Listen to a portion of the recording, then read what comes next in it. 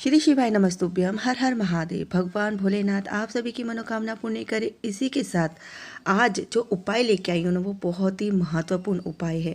अगर आपके घर में कोई व्यक्ति बहुत समय से रोग से ग्रसित है, किसी बच्चे को बहुत लंबे समय से फीवर है, बुखार है और उतर नहीं रहा है, बच्चा बहुत ज़्यादा बीमार पड़ता है, तो रोग मुक्ति के लिए आज आपको एकादशी और सोमवार के दिन, यानी कि आज सोमवार है और एकादशी तिथि पड़ रही है, तो आपको ये उपाय अवश्य करना चाहिए। भगवान भोलेनाथ और भगवान विष्णु को प्रसन्न करने के लिए, रोग मुक्ति के लिए किए गए ये उपाय बहुत ही महत्वपूर्ण है।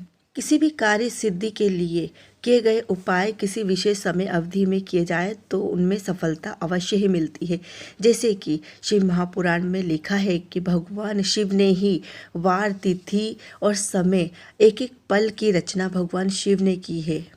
और हमारे जो शास्त्र है ना, वो कहते हैं, जैसे कि लिंग पुराण, नर्मदा पुराण, शिव महापुराण, कि रोग मुक्ति के लिए कोई व्यक्ति बहुत ज़्यादा बीमार है, बहुत समय से रोग से ग्रसित है, कई तरह के इलाज करवा लिए, लेकिन अगर उसको फ़ायदा नहीं हो रहा है, किसी भी तरह का भयानक रोग हो गया है और फ़ायदा नहीं हो रहा है, तो अगर आप किसी से भी पूछेंगे तो वो एक समय अवधि में आपको उपाय बताएगा। और पूज्य पंडित प्रदीप मिश्रा जी द्वारा शिव महापुराण की कथा में बताया गया है कि कुमारखंड में वर्णन किया गया है कि 9:15 पर रोगी व्यक्ति के द्वारा भगवान शिव का अभिषेक कराया जाता है तो उसको रोग से मुक्ति मिलती है। धीरे धीरे उसके रोग जो है ना, वो खत्म होने लगते हैं। अगर रोगी व्यक्ति भगवान शिव का अभिषेक नहीं कर सकता है तो जो रोगी व्यक्ति है, उसके कुल का जो भी सदस्य है, वो अगर भगवान शिव का 9:15 पर उस रोगी व्यक्ति के रोग मुक्ति के लिए उपाय करता है, भगवान शिव का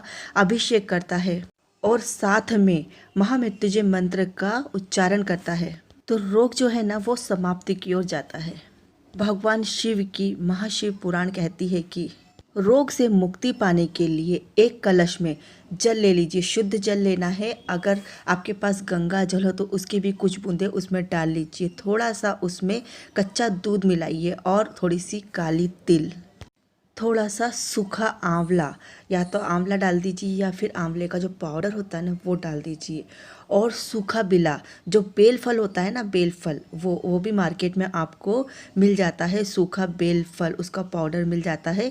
अगर पाउडर नहीं मिले तो आप सूखा बेल का फल होता है ना, वो भी ले सकते हैं और उस पाउडर बना लीजिए। अगर सूखा बेल फल है तो उसका पाउडर बना के रख लीजिए और जब भी आप उपाय करते हैं तब आप इसका प्रयोग कर लीजिए। और अगर गीला बेल फल है तो उसको आप पीस कर उसका एक उपटना तैयार करिए। और सूखा बेल फल मिल रहा है तो उसको भी आप भिगो कर और उसका आप पेस्ट तैयार कर लीजिए। जिस तरह से उपटना तैयार करते हैं ना, उस तरह से उपटना तैयार कर लीजिए।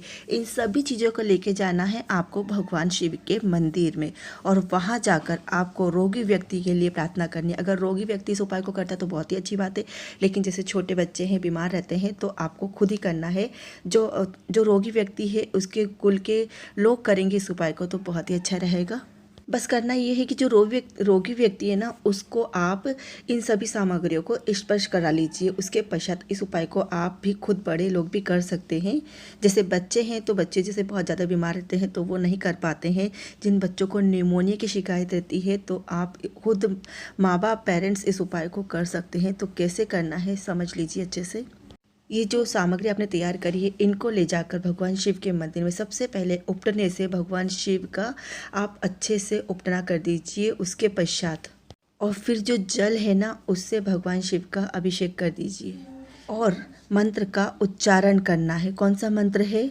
ओम जूम सहा। इस मंत्र का आपको उच्चारण करना है। और जब आप उपटना और जल चढ़ा देते हैं, उसके पश्चात उसी का थोड़ा सा भाग आप, जो बच्चा बीमार है उसके लिए लेके आ जाइए। जो बच्चा या बड़ा जो भी बीमार है उसके लिए लेके आ जाइए ना, थोड़ा सा उपटना, और जो आप जल चढ़ा रहे हैं दूध के साथ में, उसको लेके आ जाइए। और जो रोगी व्यक्ति है, जो रोगी बच्चा है, उसके आप हृदय पर और साथ में मस्तक पे लगा दीजिए। पूरे आप उसको अच्छे से लगाने के बाद आप उसको गीले कपड़े से पोंछ दीजिए और झटकार दीजिए। इस तरह से आप देखेंगे कि बच्चे को जो रोग है, बुखार है, निमोनिया की शिकायत है, वो धीरे धीरे कर समाप्त होने लग जाएगी। बस आपको ये उपाय करना है और मंत्र का उच्चारण करना है, ओम जूम स्वाहा का। और हाँ, इस उपाय को आप जब भी आपका बच्चा बीमार रहता है तब कर सकते हैं। इसके लिए कोई समय अवधि नहीं है, कोई तिथि नहीं है। आप जब भी आपका बच्चा रहे कि हाँ ये बीमार हो रहा है, इसको बुखार आ रहा है, तो उस समय आप इस मंत्र का उच्चारण करते हैं, उस उपाय को करिएगा। बच्चे की बीमारी में ज़रूर फ़ायदा होगा। ये तो हो गए आज के उपाय रोग मुक्ति के लिए, लेकिन इससे पहले भी मैंने रोग मुक्ति के लिए एक वीडियो अपलोड करा था जिसमें चौमुखी दीपक तैयार करके, आटे का चौमुखी दीपक तैयार करना और किस तरह से आपको इस उपाय को करना है वो पूरा समझाया था। लेकिन उसमें एक बार बार कमेंट आ रहा है कि चौमुखी दीपक को हमको कहाँ जलाना है, जला के आना है कि नहीं जलाना है। इस पे बहुत सारे कमेंट आए, तो मैं बता देती हूँ कि चौमुखी दीपक को आपको वहाँ पर जला के आना है।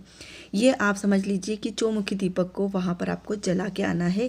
किस तरह से करना है पूरा अच्छे से समझाया है मैंने, और उसके ऊपर मैंने एक और वीडियो वापस से बना के डाला था, तो वो भी देख लीजिएगा आप जाकर। तो ये थे आज के उपाय जानकारी। अच्छी लगे हों उपाय तो आप कमेंट में श्री शिवाय नमस्तुभ्यम अवश्य लिख दीजिएगा। फिर मिलती हूँ हमारे पूज्य पंडित प्रदीप मिश्रा द्वारा बताए गए उपायों के साथ में। तब तक के लिए राधे राधे, श्री शिवाय नमस्तुभ्यम।